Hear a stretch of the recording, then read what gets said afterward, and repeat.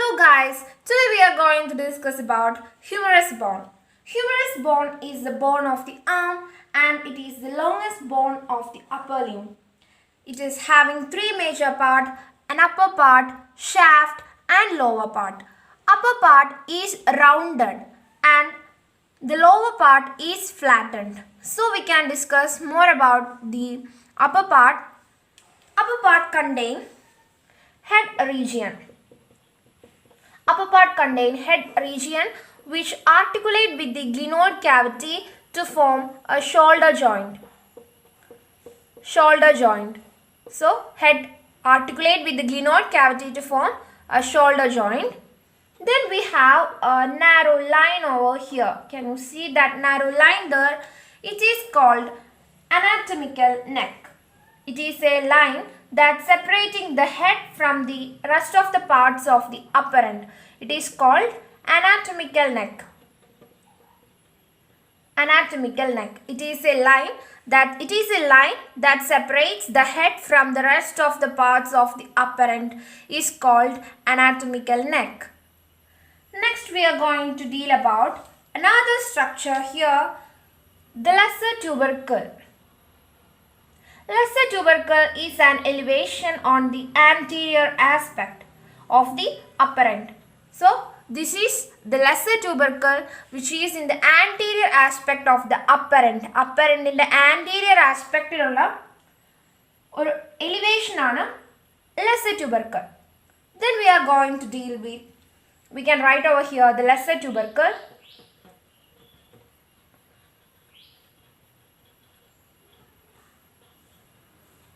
Then we have another structure, greater tubercle. Greater tubercle. We can shade it like this. This is greater tubercle. Greater tubercle is also an elevation but in the lateral part of the upper end. This is the upper part. So the greater tubercle is an elevation on the lateral part. Then we can see a groove over here. What is groove? Something is passing on that region. We can see a groove that is separating the lesser tubercle from the greater tubercle. It is called intertubular sulcus. It is called intertubular sulcus. We can write over here intertubercular sulcus.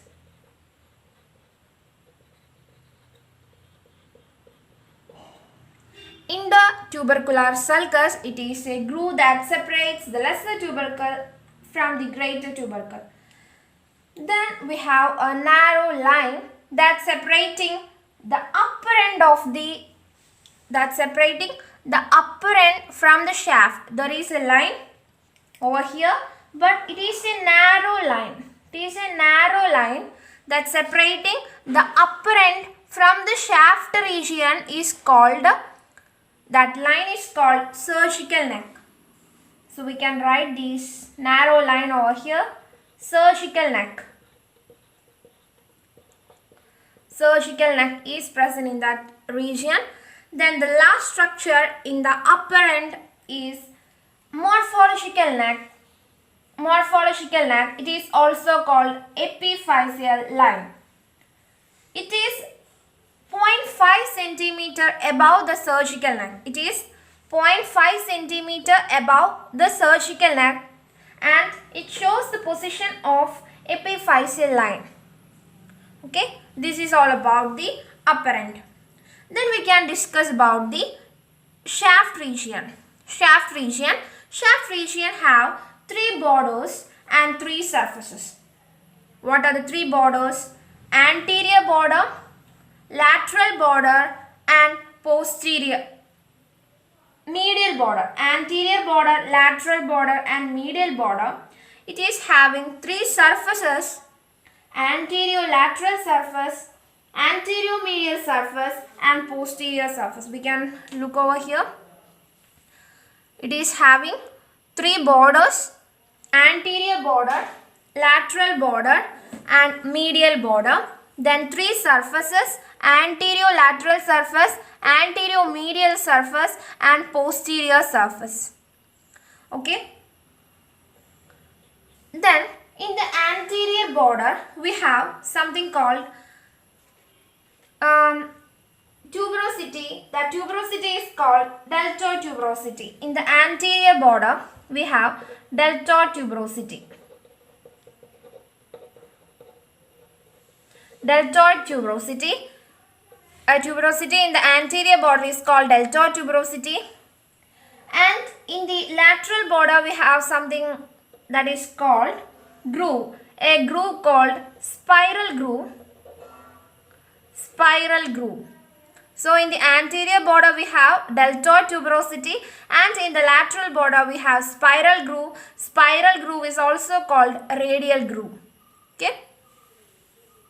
Then we can discuss about surfaces. Anterior lateral surface, anterior medial surface and posterior surface.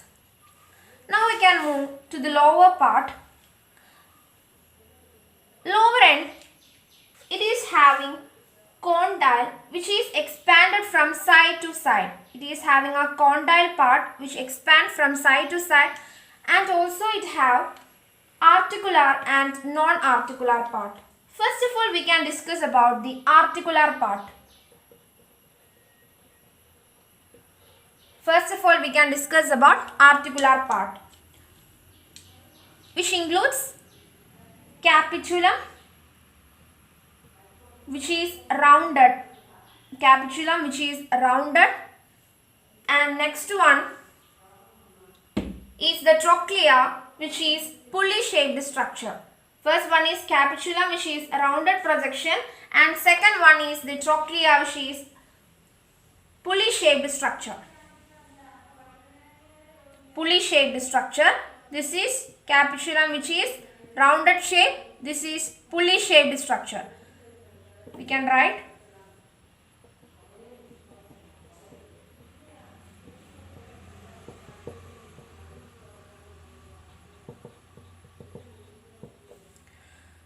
capitula articulate with the radius bone. The radius bone. Then these trochlea articulate with ulnar. So we can see here, if we are considering this as the radius bone,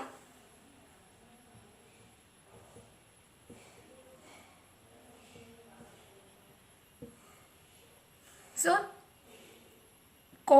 capitulum articulate with the radius and trochlea articulate with the ulnar. It is rounded and it is pulley shaped. This is the articular part. Then we have non-articular part, which include medial epicondyle,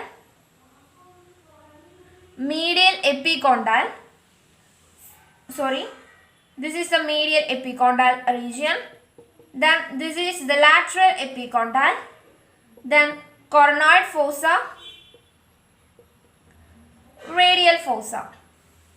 Okay, this is the surface called medial epicondyle. Medial epicondyle.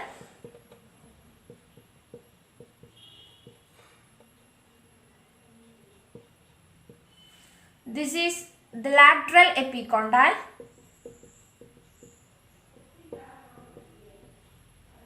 Lateral epicondyle.